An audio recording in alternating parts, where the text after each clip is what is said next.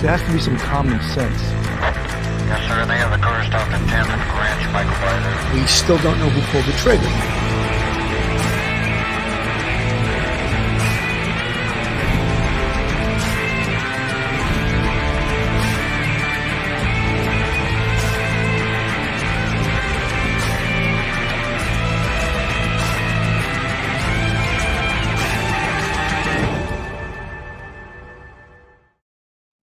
Hello, everyone, and welcome to Police Off the Cuff Real Crime Stories. I'm your host, Bill Cannon, retired NYPD Sergeant with 27 years of service. And with me tonight, straight out of Brooklyn, retired NYPD Detective, Phil Grimaldi. How you doing tonight, Phil? I'm doing pretty good, Billy. How about you?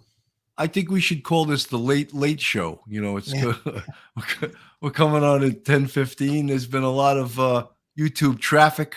We had to avoid some of the big guns out there so we can get some of the audience to some of the crumbs here. Not that our fans are the crumbs. They're great. Our fans are second to none. Absolutely. But, sometimes we have to avoid the big guns, but there's been so much coverage on this case. And this case is, tremendously interesting. Of course, I'm referring to the Casey White and the Vicki White, prison. We can't really call it a prison break, but it was where a correction officer on the 29th of April assisted a basically career criminal to escape from a jail. And we differentiated between a jail and a prison. A jail is a less secure facility where you would serve less than a year or just be in a holding pattern. Whereas a prison, that's where you're incarcerated when you're convicted of a felony and you're serving much more than 1 year. So I just had to differentiate between that for our fans, our subscribers, whatever you want to call yourselves. Phil, what do you think? Well, I put in the chat, hello to all, and I said, welcome to a later edition of Police Off the Cuff. And a lot of positive comments came in behind it saying that they like the idea of doing it a little bit later. But we're just trying to avoid some of the massive media coverage on this case. Obviously, a very interesting case.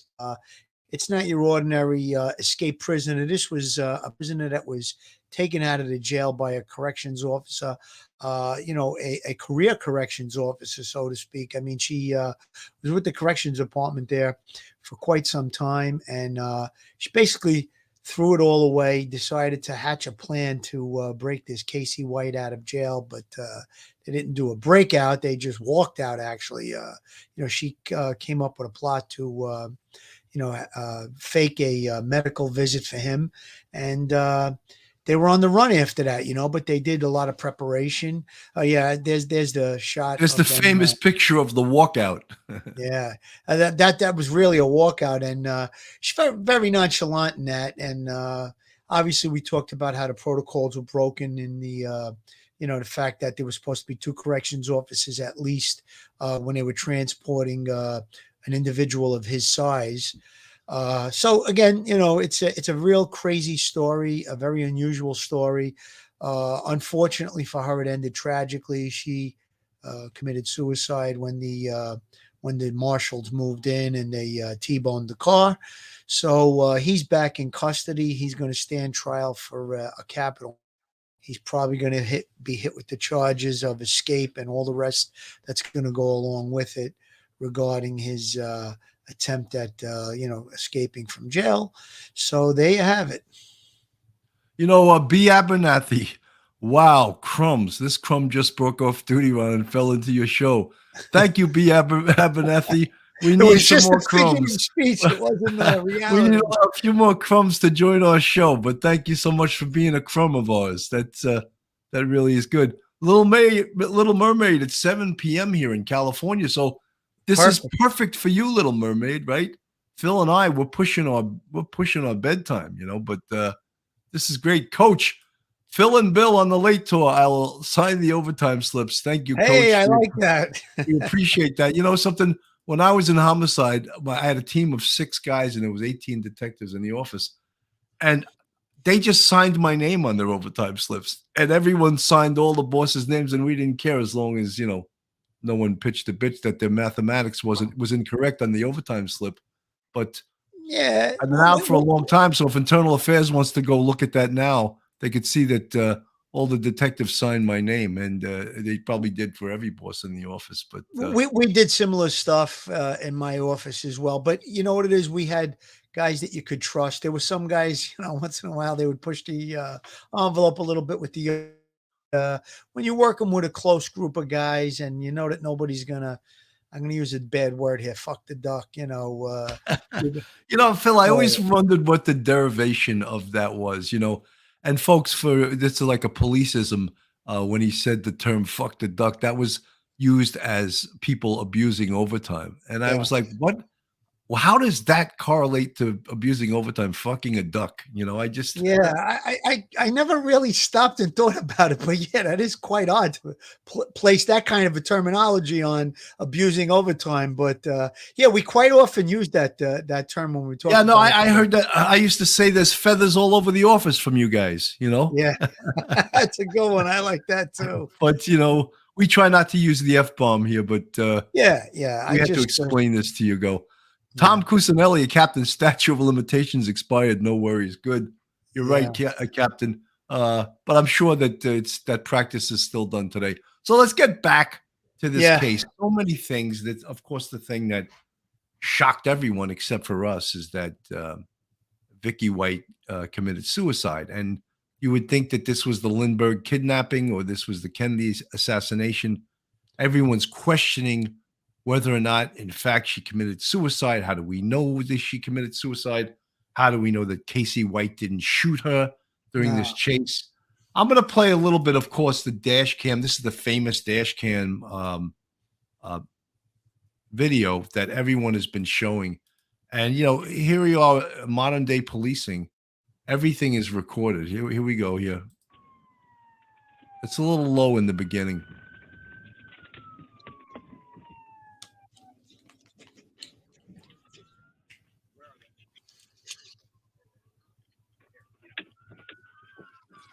that's when they're taking him out of the car. Yes. You could see the car on its side. Stop it there for a second, Bill. I just want to comment a little bit. Yeah, the car is on its side. You see up trucks. Apparently, they forced it into that maneuver and into that position. But the 911 call, she was on the phone with 911 when they were crossing over that median, when they were crossing over that grass. Bill, do you have the 911 call or no? I don't have that. You No, don't have, no. okay, but I did hear it previously, and she's actually cautioning him. There's 100% rushing him to slow down. You're going to set off the airbag. She says to him, "I don't want the airbags to kill us." She said something to that effect, but she also makes mention of that she has the gun to her head. I guess she was trying to indicate to the 911 caller to tell the police to back off. I'm going to kill myself, something to that effect. But again, maybe during the impact, she had this state of mind to shoot herself, or could have been from the impact, her finger, squeezed onto the trigger and she killed herself. But I'm leaning towards, it looks like after the accident, it looks like shot may have been fired. Was T-bone. So again, we'll probably find out those details later on. Well, folks, one of the things that everyone's asking, and it's been asked all day, it's been asked all day yesterday, and because there was a lot of confusion, the information in this case wasn't put out there professionally. I'll put it that way, because anyone that's been in law enforcement, there's this system called the National Incident Management System, and whenever there's a major incident, they're supposed to go into that mode. And that would have been the sheriff, of course, Rick Singleton from Lauderdale, Alabama, should have instituted the NIMS, the National Incident Management System, and all of the information should have flowed through him. But it didn't. So a lot of the information was secondhand, third hand, and it wasn't accurate. So one of the things that everyone's asking about in the chat, who was driving? And we're almost 99% sure, we've heard it from a lot of different people, that Casey was driving and Vicky was in the passenger seat. But that went out incorrectly, so I know where the confusion is coming from. It went out incorrectly numerous times. The Sons of Italy, thank you so much for the $5 super chat. Good to see Thank you, you Sons of Italy. in our late night show. Remember Tom Schneider back in the day? So some of you old people. Oh yeah, yeah. I used to have love that late show. That's Phil and I. We're pushing the late show with Tom Schneider here, but it's this is a law enforcement show. So yeah, so somebody asked in the chat. I want to just address the question in chat. Somebody asked, did they take him out the window? It's Girl Friday. Did they take him out the window, or did he squeeze through the moonroof? I believe he was taken out of the driver's side door or possibly the front windshield. But again, I did see the video of her being removed from the car. She was on the passenger side of the car. He's out of the car way before they get her out. And they actually instituted the button for the moonroof. They said, why don't we try the moonroof?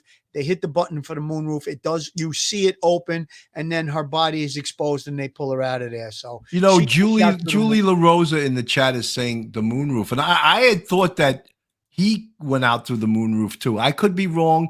It's not so clear.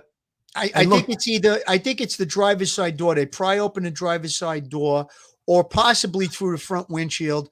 But the moonroof was closed while they were working to try and get her out of the car. See, a Duty Ron played it on his show, actually. You'll see the moonroof. They hit the button and the moonroof opens, and that's how they actually from the vehicle. And the whole time, one of the sheriffs has his gun drawn on her because she still had the gun in her hand. And I'm going to tell a story later on about that when we get to that, about how I like that. All right, let's keep playing the video here.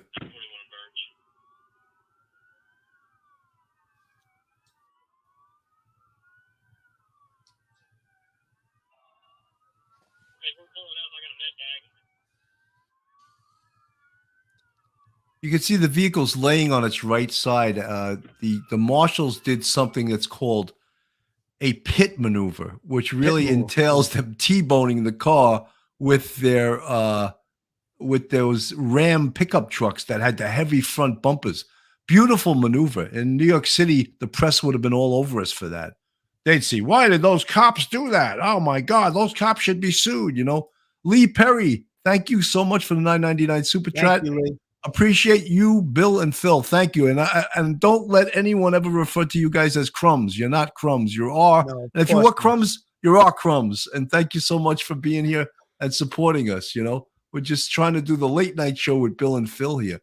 Yeah, so they directed about that pit move myself. My brother called me yesterday. He says, don't you guys know what a pit move is? I says, no. He goes, well, I watch Cops. It's a pit move. I said, okay. So I'm glad you brought that out. Yeah, I didn't know actually that's what it was called. I mean, I was in street crime and we were noted to mount sidewalks with our car. And they used to even tell us in roll call, don't mount sidewalks with the car. We only have so many cars. You guys are blowing the tires.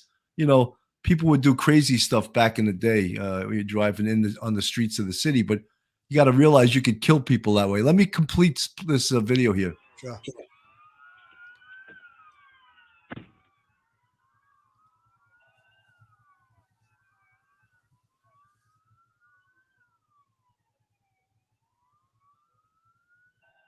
When they bring him over here, it's just amazing how big this guy is. It's just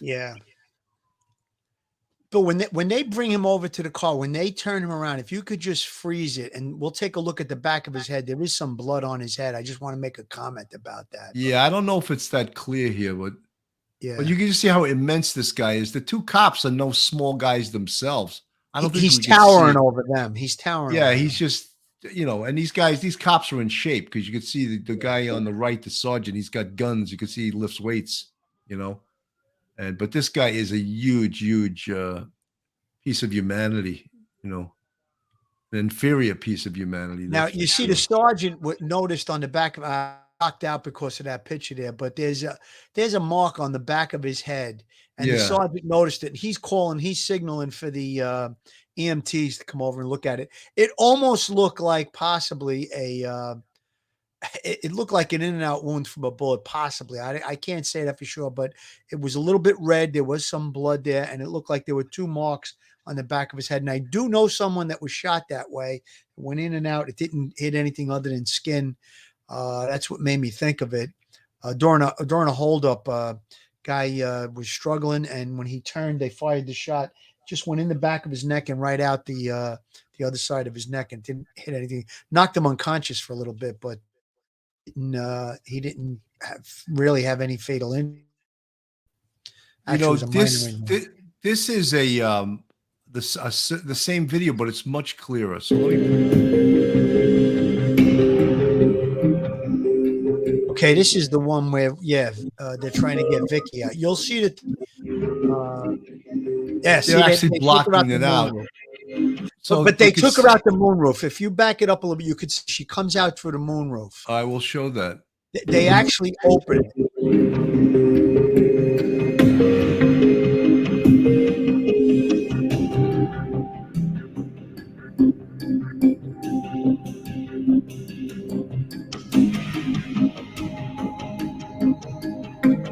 You'll see again, this is where the sergeant notices the injury to the back of his head. Charges would have been a concern to her because she's worked in a jail for 17 years. She knows what life is like on the other side of the bars. She knew she would be facing some of that, but I think just as much so, I think Vicky White was probably dreading having to come back and face her family and friends after what she'd done. I think that probably played as much a factor in her decision to end her life as anything. You know, no police officer, no one in law enforcement would ever want to go to prison. I mean, obviously, no one wants to go to prison, but even worse if you're in law enforcement, because the very people that you put in jail or in prison, now you're going to be living with them. And, you know, just think of Phil. You can't think of anything as horrendous as that, except maybe burnt sauce on a Sunday.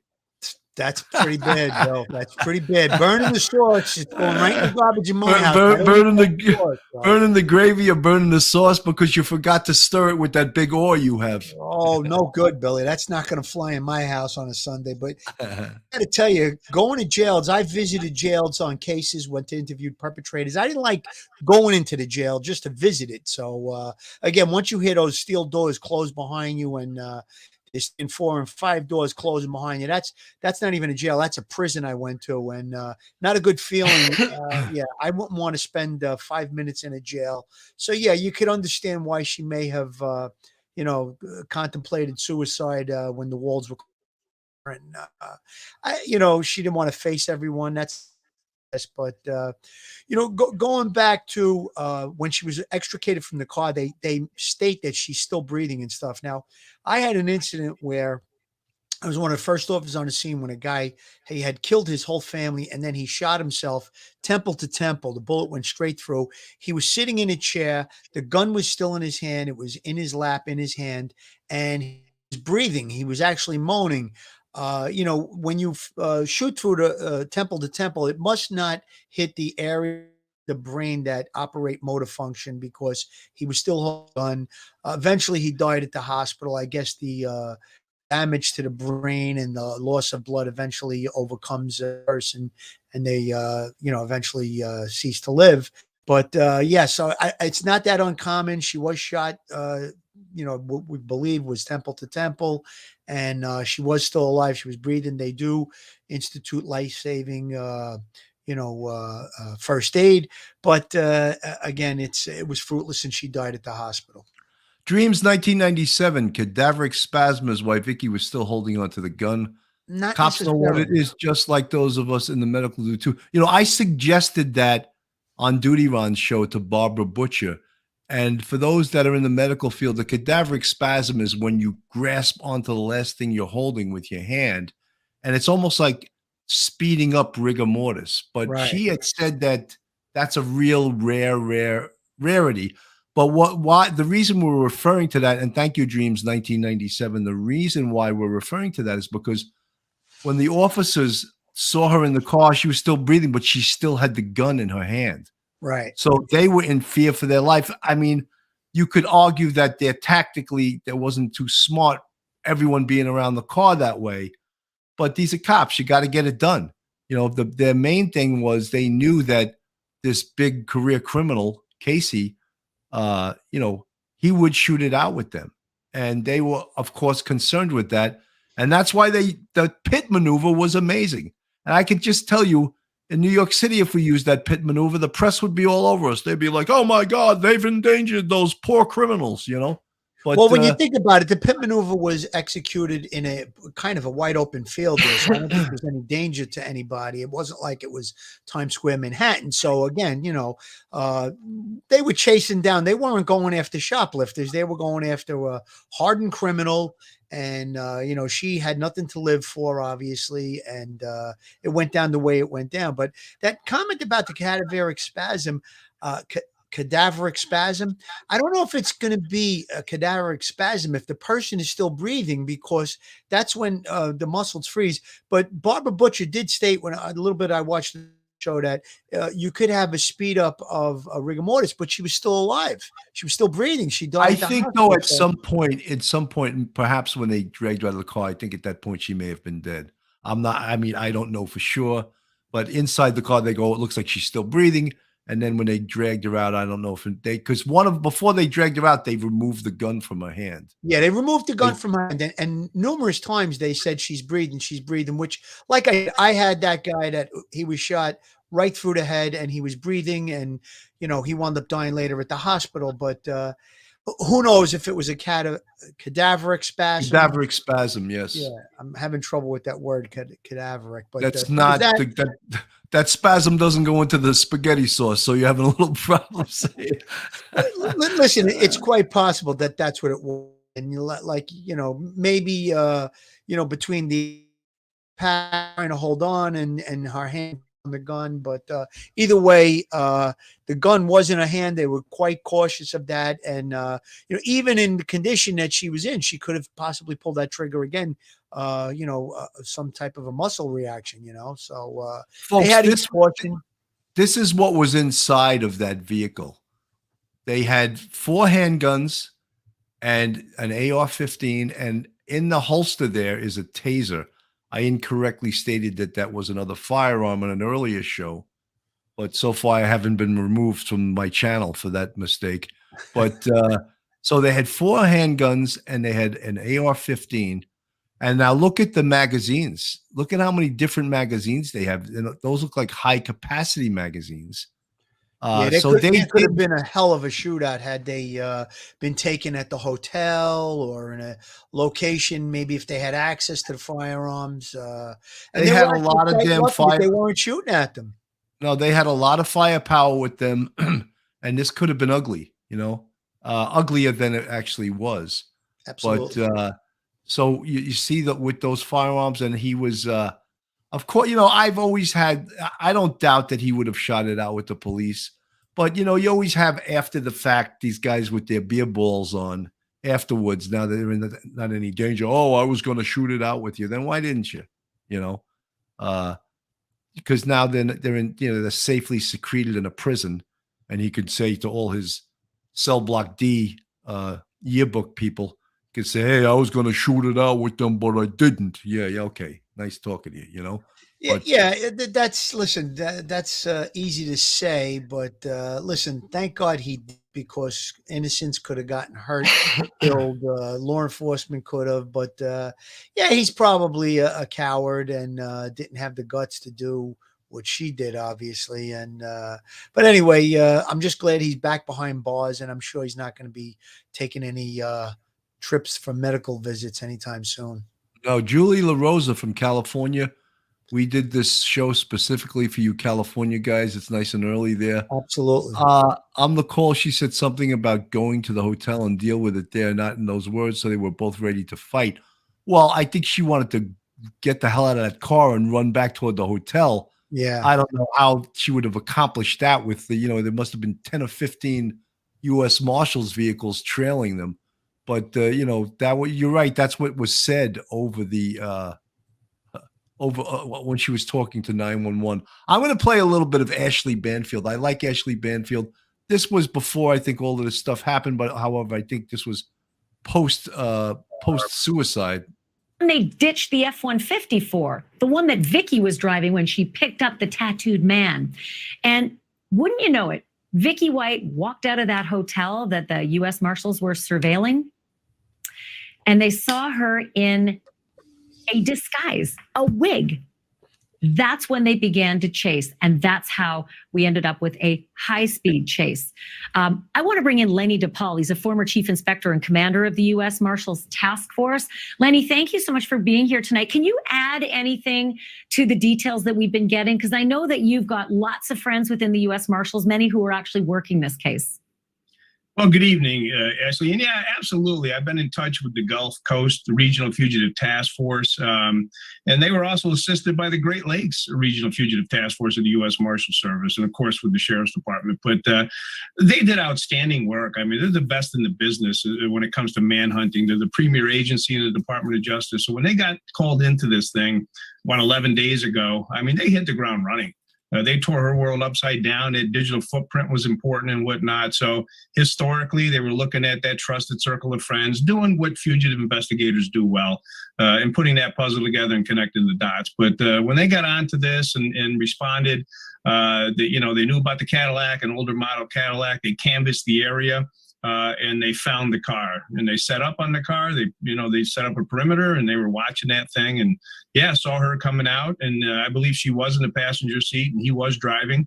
But then they got into that car chase. Yes, we've been trying to figure that one out, Lenny. We've been trying to figure out if she was driving or if he was driving.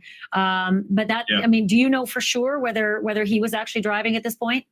The word I got was that he was driving. Again, it's not confirmed, but that's what I'm hearing from the folks that were downrange doing the job. Here's the big thing. We only have a very little description about what happened when the officers approached that wreck. The two fugitives are still inside. Vicki is shot and bleeding, and Casey is injured. And the U.S. Marshals who were there only reported one thing, and that is that he came out and he said, "My wife shot herself, and I didn't do it." Is there anything more you can add to that description? Other things that he said, other ways it went down? How many officers? Did they force him onto the ground? I find that interesting in that he said, "My wife is shot and I didn't do it." Right away, he's got that jailhouse mentality of clearing his own ass. My wife is shot. First of all, it's not his wife. And second of all, I didn't do it. Again, he's trying to clear himself before he's even accused of it. How was he injured? What were the extent of his injuries? Was he bleeding? Did he take on any additional gunfire after she shot herself? Is there anything more you know? Well, I mean, these are all great questions. I can't confirm or deny anything you were saying right now, but you got to, and I'm sure everyone realizes that you're talking about a guy that, he's already doing a life sentence. He was looking at a death penalty if found guilty on this other case. What are they going to charge him with? Escape? He didn't care. And my concern was, was it going to be suicide by cop? Was Vicki going to become a hostage? There was a lot of things and that go through these investigators' minds when especially when you're in a car chase. I mean, things happen very quickly. So, it's the old adage, muscle memory. I mean, you revert back to your training. You're in a car pursuit. It's a felony car stop. The car flipped over. They approached it with extreme caution. Didn't know if they were armed. Did they hear the gunshots? I don't know. So, Lenny, the reason I'm so keyed up on who was driving, the devil's in the details here, because the first thing he says when he gets out is, "My wife shot herself. I didn't do it," which immediately makes me think, I think you did. Because that wouldn't be the first thing you would think of. You would try to run, or you'd say, "I didn't do it. I wasn't driving," or something. But forensics will prove if this was a self-inflicted gunshot. It's very early to just make that pronouncement. And if they were both jumbled around and it's hard to determine who was sitting where in the car, that will be tricky. But if she was in the driver's seat and she's shot on the left-hand side, then she might have done it, probably did it herself. If she shot on the right-hand side, he very well might have shot her dead, which would be not felony murder. Phil, of course, she's talking, this is pre-autopsy. Right. She's conjecturing. She doesn't have all the facts, but I like her as a reporter. She's excellent. She's very good. And I like the guy, Lenny DePaul. He's actually retired head of fugitive enforcement. Very sharp guy. I've seen him talk on their show before. He can talk the talk and he can also walk the walk. I don't know if you noticed that he said we're the premier federal law enforcement agency in the country. I don't know if that was a kick in the balls to the FBI, but he had no qualms with saying that. And I believe him. I'm not I know everyone, all the media always says the premier law enforcement agency in the country is the FBI. And Lenny DePaul there just said the premier law enforcement agency in the country is the federal marshals. So who am I to argue with them? You know, I've met a few good FBI agents over my career, but I got to tell you, the guys in the Marshal Service, there's just something about their camaraderie. They were just a little tighter group of guys. It seemed like all the guys from the federal marshals that I met when I did dignitary protection and stuff like that, they just seemed like a little better group of guys, a little bit more team oriented.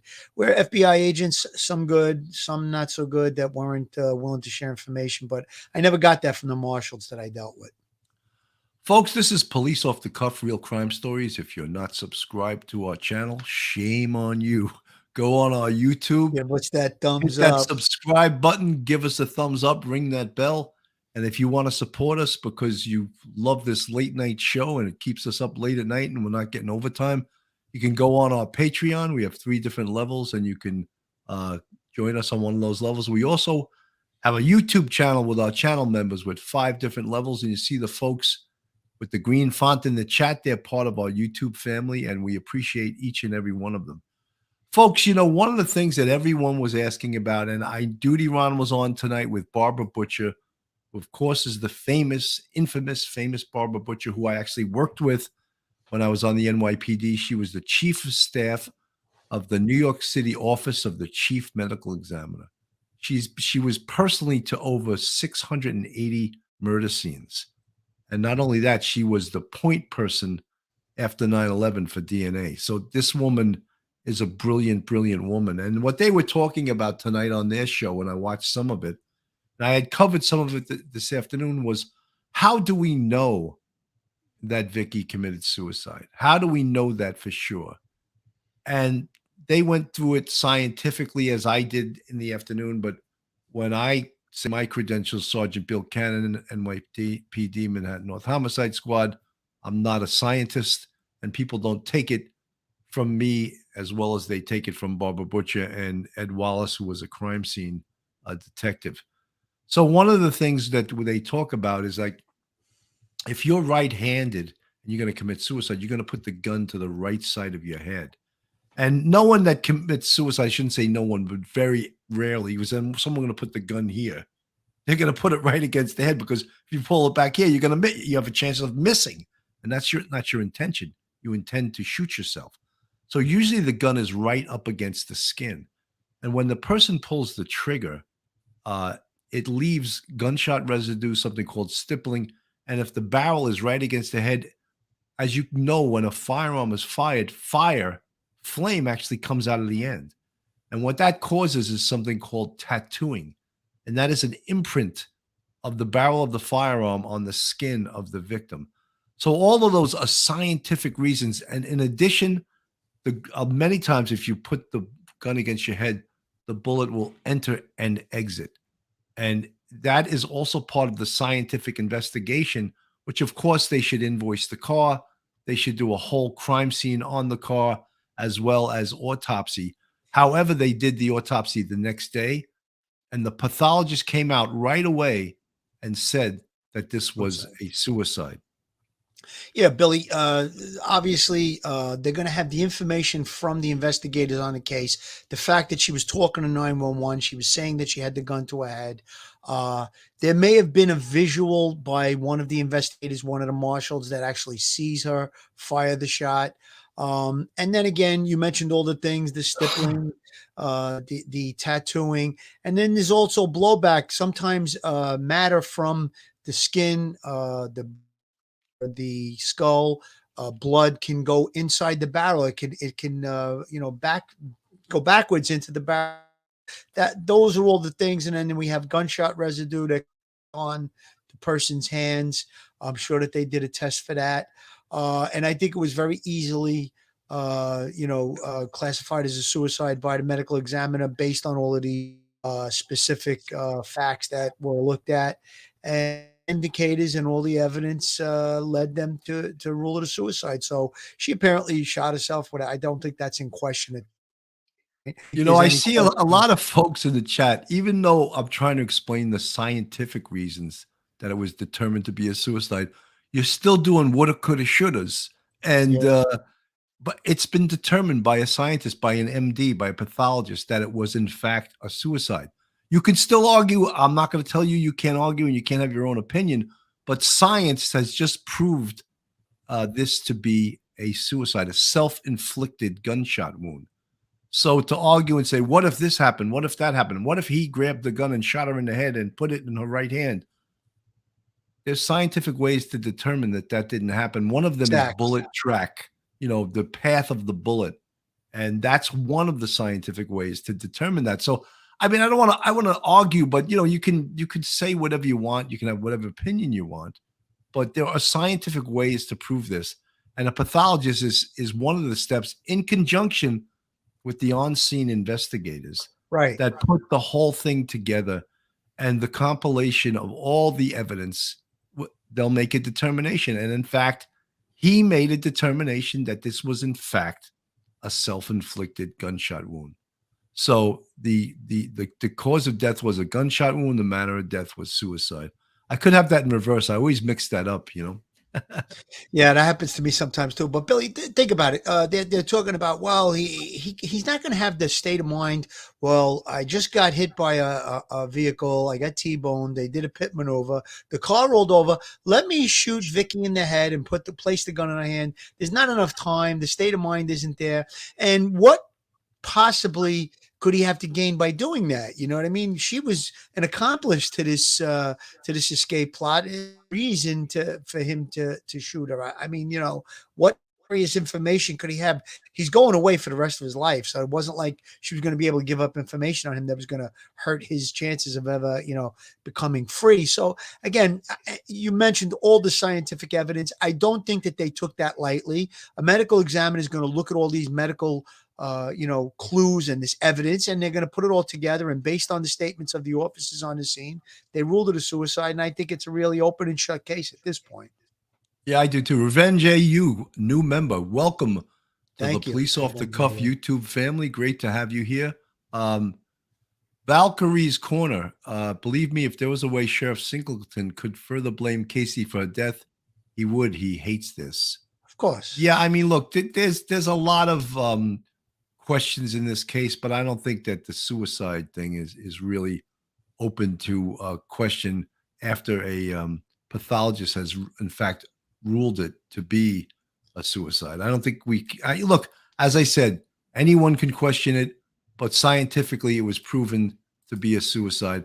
I want to play a little bit of Brian Enton. He also did an amazing job on this. And let's not forget the manager of that car wash, Weinbach Car Wash. Tennessee, we were trying to find the people who discovered Vicki and Casey White's getaway car there, the SUV that they started this whole saga with almost 2 weeks ago. When we got the tip that there was something brewing in Evansville, Indiana, which is about 2.5 hours from where we were in Tennessee, it was believed that Casey and Vicki were spotted here. And then we found out they indeed were at this car wash behind me. They were spotted on surveillance camera by the manager here, who's really the reason this entire thing ended today and ended with a police chase and Vicki and Casey White now apprehended. I want to bring in the manager of this car wash, James Stinson. Thanks for being with us, James. You really are the reason all this came to an end, and this has just been a wild week and a half. Tell me what you first spotted here at the car wash. Yeah, I first noticed on last Tuesday, a truck sticking out of the car wash bay. It's always unusual when one's sticking out. So I come over and looked at it, and I left. So, and this is about 4 in the afternoon on Tuesday, 4:30. So I left. Every time I'd leave and come back, the truck's still there. I leave, come back, the truck's still there. Leave and come, even up late at night, the truck's still there. I go in, go to bed. I get up at 6 o'clock the next morning to take my granddaughter to school. The truck's still there. So I think I need to investigate. Once I get her to school, she gets out of my truck around 7:30. We'll come back and check it out. I come back, I walk up to the truck, I notice the windows are down, and my first thought is, could be this guy from Alabama. He might be in there asleep, passed out, suicide, whatever. I'm kind of nervous about it, so I looked over in the truck. Nobody's in it. I opened the door. The keys are in the ignition, which I thought was unusual. I tried to start the truck. The truck started right up, so I know there was nothing wrong with the vehicle. So I left. I come back out, and I got on my phone. I Googled the local police department's phone number because I didn't want to call 911. So I called them. I said, you need to send an officer out. I got a suspicious vehicle in my car. We'll have one right out.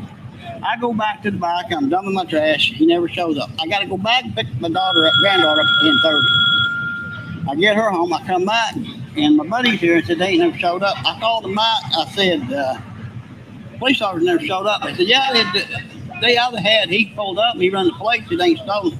So it wasn't stolen. That's what he That's reported. interesting because that's new. We didn't know that. So maybe they bought it. Perhaps they bought it. No. It could be that. But I had him get out and he looked inside the car and he said, oh my God, there's a gun lock. There might be a gun in there. No, there ain't no gun. He done the same thing. He stuck his key in it and it started. So he said, I can't help you. It's not reported stolen. So I said, I don't know what to do. I'll call Tri-State and I'll have it towed. I can't have it here. So I called Tri-State. They come after me. Yesterday at 8 o'clock in the evening, the U.S. Marshal called me from Alabama. And they asked me, said, did you have a car towed from your car wash? I said, yes, I did. And I said, it's got to do with that guy from Alabama. He said, yeah, we're pretty sure it is. And I said, where'd you have it towed to? He said, Tri-State. And he said it was reported stolen. And you spoke. And what I said, and I told him, I said, that police officer told me it wasn't reported stolen. I said, what I'm thinking, they stumbled up on the car with the keys in it, so they just stopped up and took it. They probably don't even know it's gone yet. And that U.S. Marshal said, you were exactly right. That's exactly what happened. And you went back and looked at the surveillance video. You saw Casey and Vicki. You showed me the video earlier of Casey White by the truck in the vehicle bay. But you apparently, do you also have video of Vicki? I've got video of a woman in a car, a short woman. You can't make out who it is, but she stopped right out here and picked him up. He walked down this way right after her car.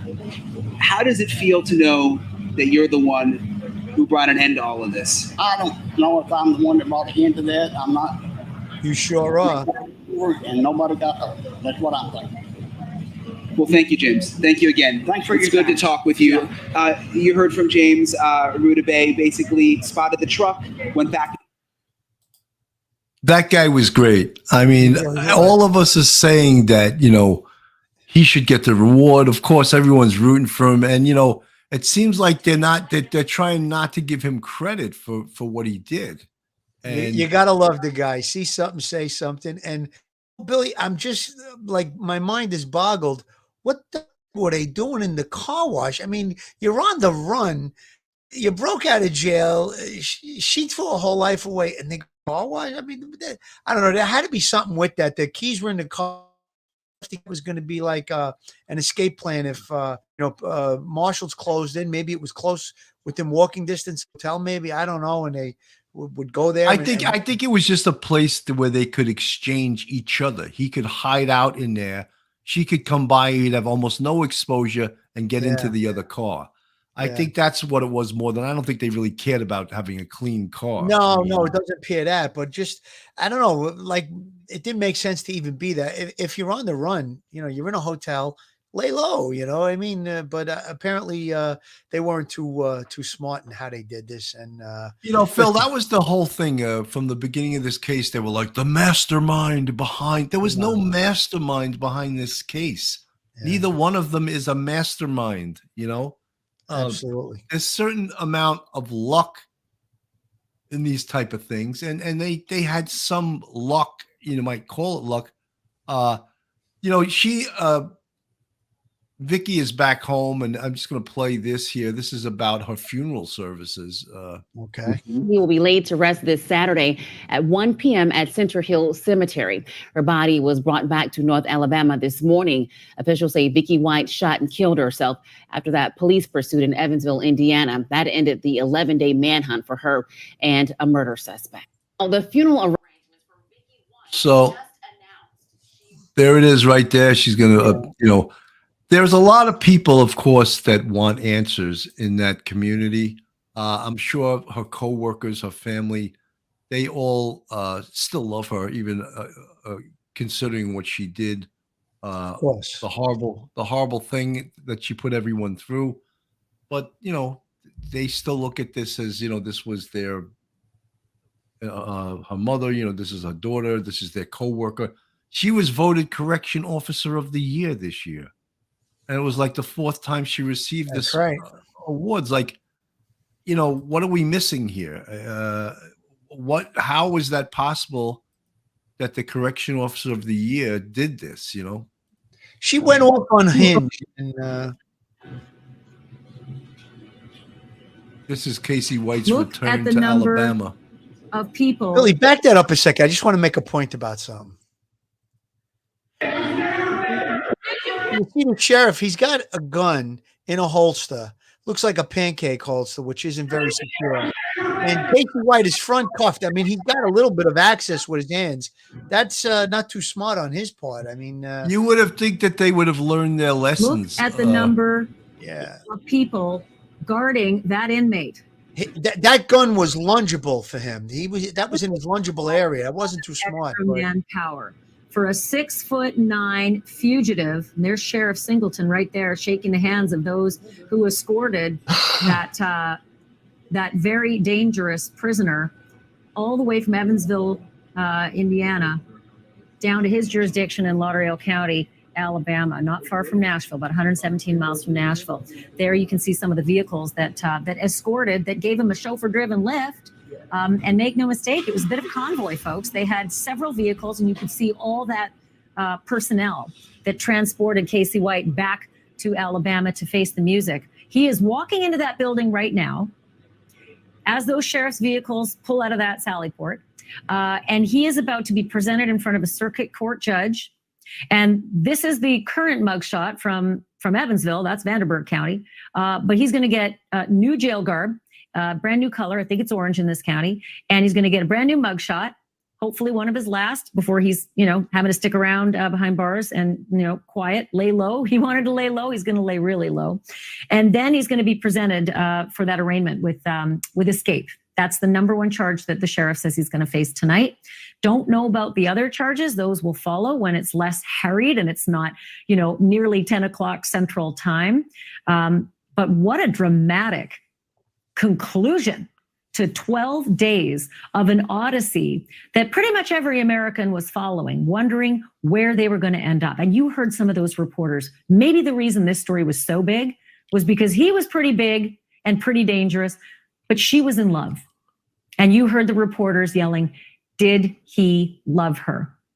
They wouldn't answer. Casey didn't answer, didn't say a word to the reporters as they tried to get a comment from him. But that's pretty much the last you see the two of them together were these shots.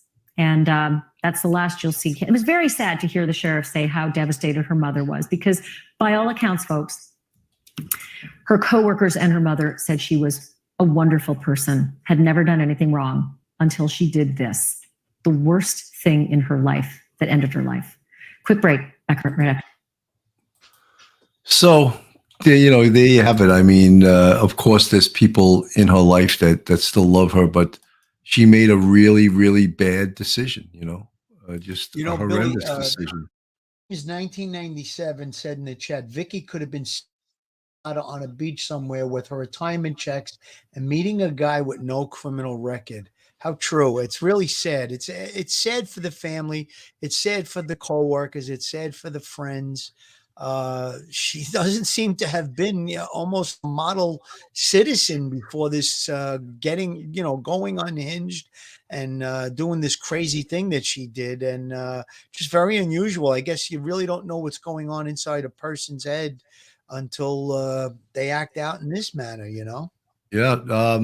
Margaret Ninova, Bull, in my opinion, it didn't go a visit to a doctor. We don't know they were in love. We don't know. She's not showing stress, anxiety, or abnormal behavior.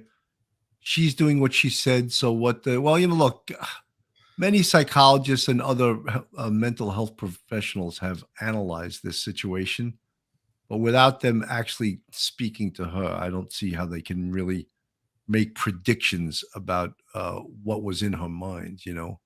She obviously did something really stupid, and this was in the works for 2 years. in the works for 2 years. Can you just imagine that? It's just MBR 11 wish she would have gotten help. Yeah, we all wish that, but she didn't. And we knew that we had said early on in this case that we knew that this was not going to end well. And our hope was that no one in law enforcement would get hurt in this case. And, I'm not going to consider that Vicki was in law enforcement anymore because she crossed over to the other side. She became a criminal. So we can't, now be sad for her. She crossed over to the other side and she became a criminal. Absolutely, Billy. And I think she knows what jail is like, didn't want to go to jail, and she knew she'd be held accountable for her actions. And that's why she chose suicide. But it's really very sad. It's a terrible thing. Based on what we knew about her, that she had a failed marriage, divorced her husband because of drug use. He later died. She wasn't able to save him. Casey probably, gave her a hell of a line of BS. And, she fell into it. She was probably vulnerable at this stage of her life. She was 56 years old. 56 or 57. Yeah, 56 years old. He's in his 30s. He's 38. And again, she might have been in a very low point in her life, vulnerable, and she was talked into this very, very stupid plan for him to escape and, to sell off her home and to come up with cash for this plot. So again, it's sad. We don't know exactly what was going through her mind, but I think based on what we do know about her, that she did have that failed marriage. She did seem to be in a low point in her life. We don't know what her childhood was like. So again, it's just it's sad all around. And unfortunately, we were hoping for her to be found and taken into custody without incident. Unfortunately, it didn't go that way. Just thank God that nobody else was hurt. And, she's going to be mourned, and we'll send condolences to her family. I think that everyone wants to know the answers to lots of questions. And we always say when a major case is over with, that's not the end of the investigation. And let's hope with this case that the investigation continues and they answer all the questions. There was a funny, one of the network news stations today, I won't say what, it was a national news station, and they acted like they found the smoking gun. They were like, we came up with some information that someone at that Motel 41 had rented the room for them. So someone else is involved in this case, and we're going to disclose this at another broadcast. And it turned out it's a homeless guy that rented the room for them, or he was the intermediary. He rented it in his name. I'm sure they paid him to do that. Yeah, they paid him a few dollars. Right, so they didn't have the exposure. But I was like, are these people kidding? They were acting like this was the Lindbergh kidnapping and that they had found the smoking gun, Schmitty, thank you. I'm sorry, go ahead, Billy. Schmitty, thank you so much for the $4.99 super chat. She got the awards. Personnel became complacent and don't bat an eye. Policies be damned. Yeah, we spoke about that numerous times on how they just ignored policy and procedure in that jail, and that can get very dangerous. Phil. Yeah, I was just going to say the $29,000 that was recovered, a lot of $100 bills. So if they flash a couple of, I call them honeys, flash a few honeys to somebody that's down on their luck, a homeless person, maybe somebody that's drug addicted, to get them to rent a room. And so that was the big accomplice to this whole thing. Probably doesn't have any idea who they were renting the room for. So again, but we're going to backtrack and find out what they did on the 10 or 12 days that they were on the lam. That's very important. Like I had noted earlier in a different show, I want to know who it was that aided them. If there was aided them, that person should be held accountable as well. Right now, I'm not sure that there was anybody else other than this homeless guy, maybe. But again, I don't know. I don't have access to. Well, Phil, an interesting thing is that she had a cell phone. Yes. So that was where they're going to find all their leads about their movements, whatever cell phone technology there is to whatever cell phones are recovered from them. The technology exists that they can, even if it's a burner phone, they can go backtrack and find out locations that they were at, calls that they made, text messages, on and on, email, whatever it is that they did while they were on the lam with cell phones, they'll be able to track all of that. If they're Absolutely. Phil, let's go to a quick commercial break and we'll be right back. Joe Murray, attorney at law. Have you found yourself in a jam? Are you in need of legal counsel in the New York area? Do you need a victim's advocate? Well, Joe Murray is your man. He's not only an experienced trial attorney, he's also a retired 15-year member of the NYPD. He literally knows both sides of the fence. His website is jmurray-law.com. His telephone number is 646-838-1702, or you could email Joe at jmurray-law.com. Looking for a vacation oasis? The Comfort Inn Oceanside in sunny Deerfield Beach, Florida has you covered. Take a dip in the outdoor heated pool with a water slide for the kids. Have a cocktail poolside or relax in the Oasis Courtyard Lounge. Just a short walk on shops and the Deerfield Beach. International fishing. Look up the sun, swim in the pristine blue ocean, or stroll along the famous beach. Maybe enjoy a sunset from a beachside restaurant. Guests enjoy a complimentary breakfast and fresh brewed 24/7. If you mention Police Off the Cuff at booking, you'll receive a 20% discount. That's right, a 20% discount. So book your stay today by calling 954-428-0650. John Beatty Law, www.jbeattylaw.com. John Beatty is a renowned personal injury attorney. He also is retired as a decorated NYPD sergeant. John comes from a proud NYPD and FDNY family. He was an active sergeant in Brooklyn North and supervised in the legal bureau. John is a proud member of the Honor Legion and the Blue Knights. John Beatty litigates across the country for seriously injured victims and has helped recover over $200 million for grieving families. Call John now for a free consultation. John Beatty, 917-797-9520. That's John Beatty Law, www.jbeattylaw.com. So, Phil, one of the things that I spoke about, and and we just sort of alluded to it a few minutes ago, is that the investigation doesn't stop. They need to keep find out the questions that everyone has. Where'd they get these cars from? None of these cars were reported stolen. They bought these cars. An interesting thing is that they recovered $29,000 inside the vehicle, as well as all those firearms that you see on the screen right now. Inside the room, I believe that the hotel room I'm referring to, they recovered, clothing and stuff like that. But the investigation has to continue in order to get all of the questions that people have answered. And as we said, those are important things. And we hope that they don't stop investigating this case just because she committed suicide and he is back in state prison. There's some other things that have to be looked at as well, Billy. I'm sure that policies are going to change in that jail because of the fact that she was able to escort him out by herself and go on this 10 or 12 day on the lam, trying to escape from justice, escape from prison. So they're going to look at everything. They're going to start from like you said, there was an established relationship between Casey and Vicki back 2 years ago. They're going to start there. They're going to start looking at all of their telephone calls, their conversations, which are recorded if he's in the prison or the jail at the time that the phone calls take place. And then they're going to go into the 10 or 12 day period that they were on the lam. They'll try to narrow down exactly what their movements were, what they did, and who aided them. And again, there'll be some changes at that jail, I'm sure. I think Attorney General of the state will probably do an investigation.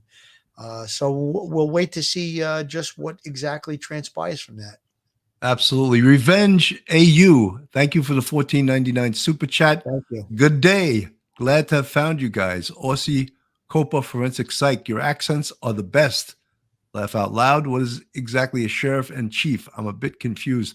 Well, in different parts of the country, they refer to their law enforcement differently. Most jurisdictions, sheriffs have something to do with jails or prisons, yes, and corrections, whereas chiefs are of course, the police executives, they would call them, the big bosses of police departments. So I hope I answered your question, Revenge Australia. I love that name. That's a fantastic name. Yeah, so that's what we're talking about with that. I think the sheriff from Lauderdale, I think he needs to retire. I think he seems like the nicest guy in the world. I mean, really a nice guy, but perhaps his better years have passed him. And I think that's an elected position too. So you would have to run again. And I don't see that he would do that.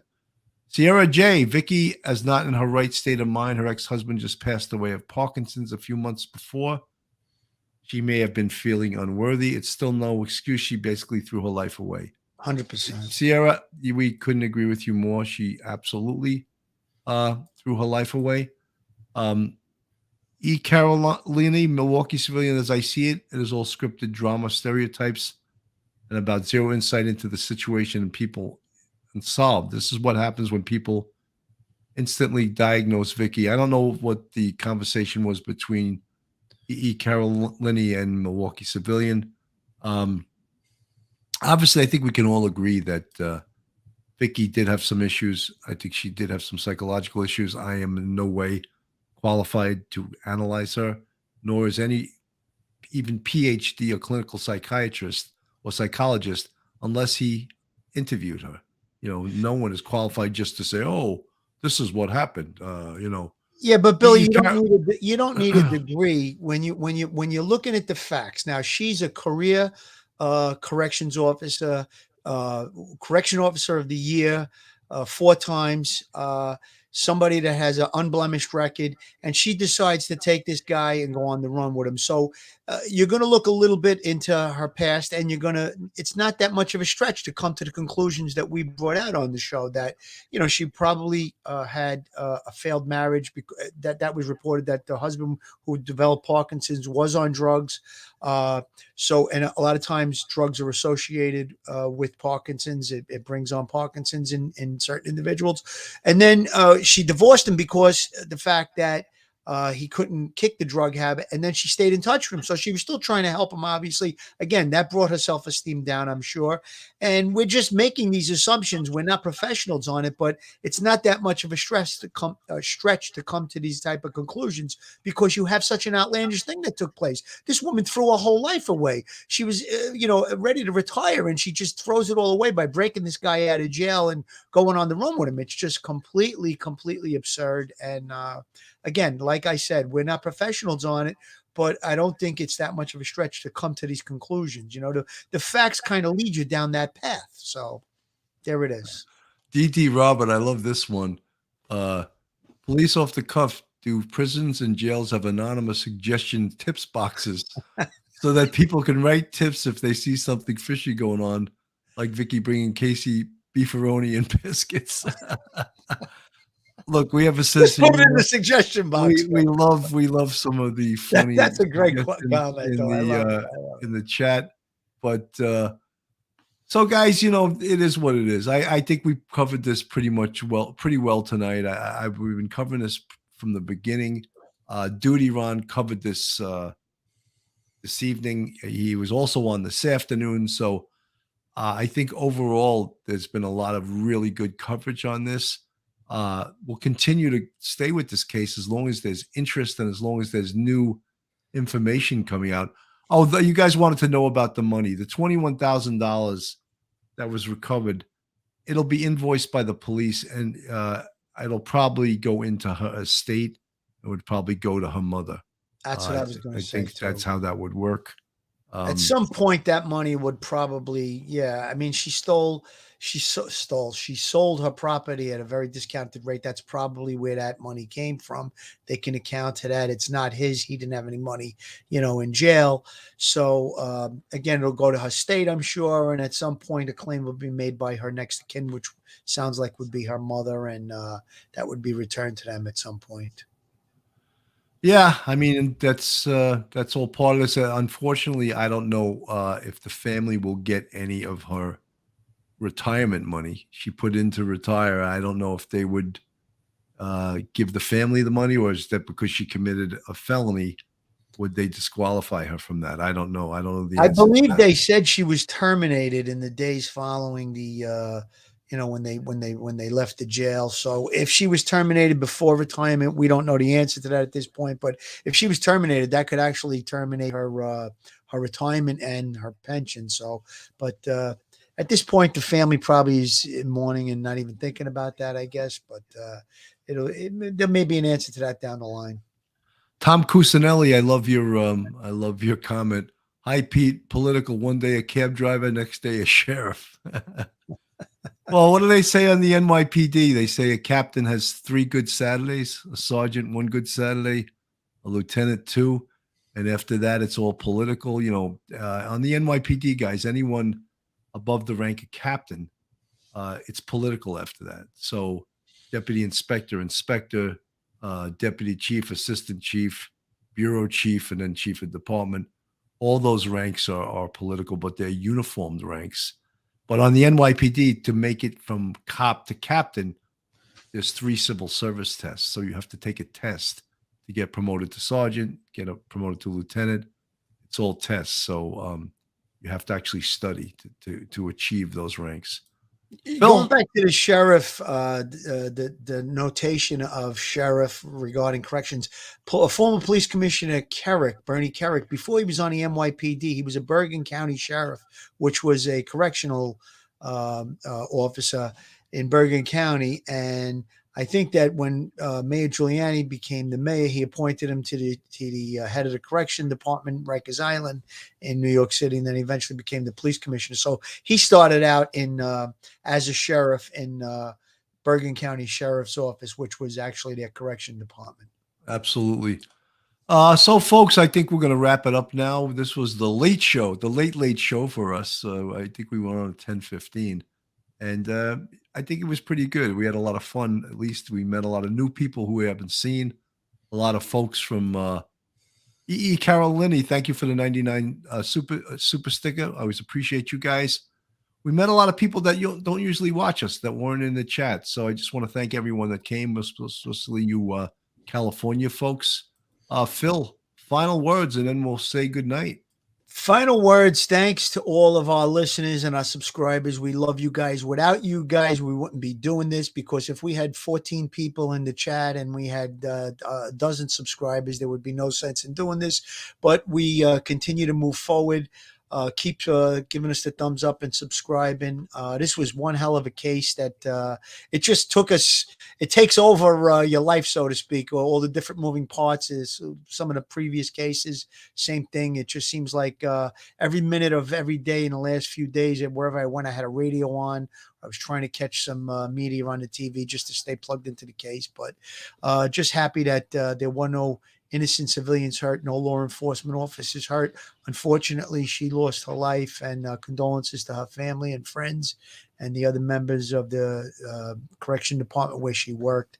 And anything, we'll monitor the situation. Anything new pops up, we'll get right on it. Folks, thank you so much for coming by tonight.